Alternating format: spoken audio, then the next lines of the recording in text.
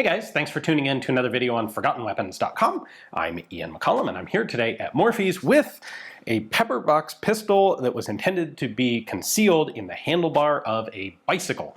Now, since the invention of firearms, especially small firearms, people have been disguising basically anything to be a firearm. We have cane guns, we have key guns, we have sword guns, knife guns, purse guns, belt buckle guns.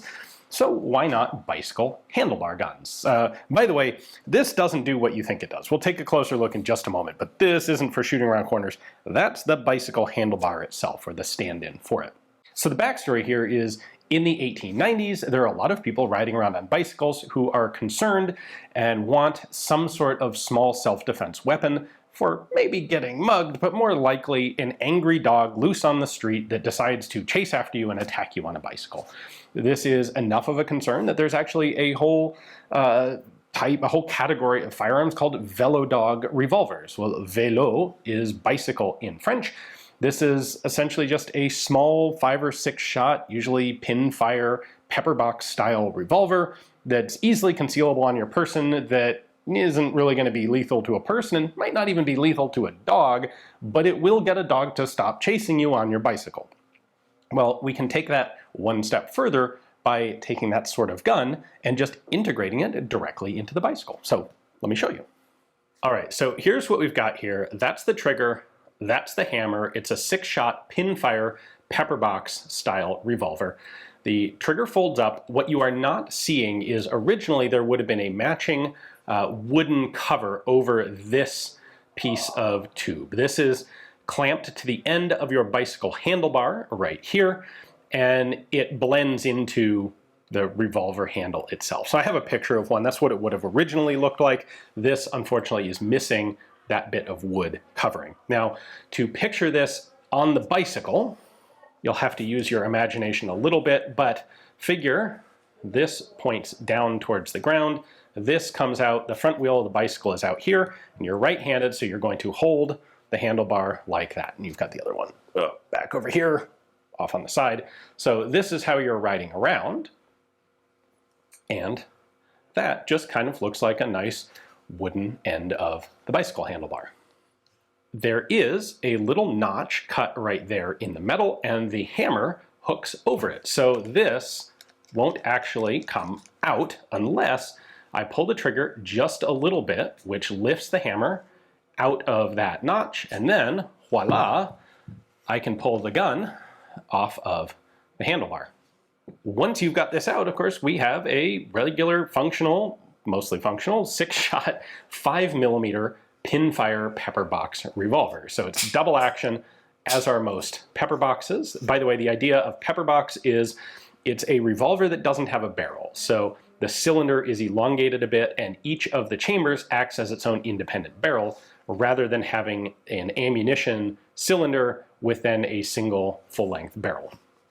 So these were fairly popular starting in the percussion era. Slightly larger ones, of course, as self-defense tools. They give you 6 easy, you don't have to think about it much, kind of point and just squeeze the trigger until the threat goes away sort of weapons. Anyway, this is pretty similar. It's simple. It doesn't have any rebound protection, so the cylinder can spin.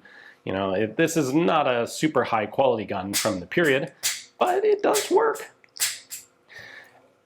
It has an interesting method of holding the cylinder in place, which is this split central arbor. If you squeeze that together, you can just pull the cylinder off. This would then double as the ejector rod. So once you've fired 6 shots and you need to reload it, you just flip that around and you can use this to punch out each of your empty cases.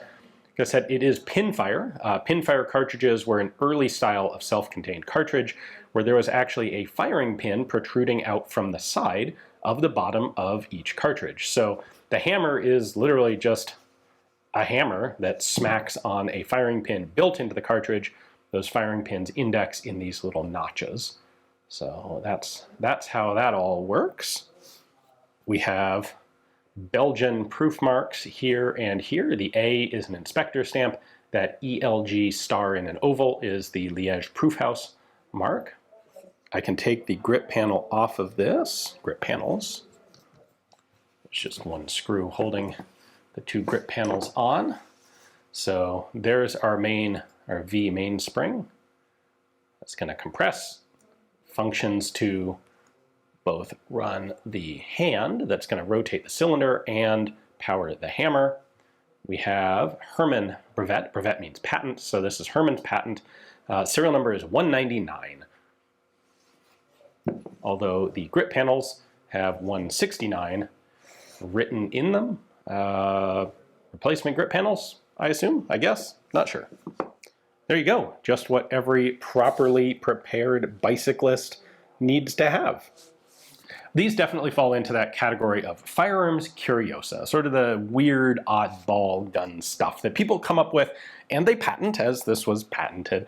But yeah, they're never all that popular. They're more curiosities than they are practical tools. One concern with this, for example, is, are you going to take it out of the bicycle and stick it in your pocket every time you get off the bicycle? Are you going to leave your bicycle outside somewhere with a gun in it?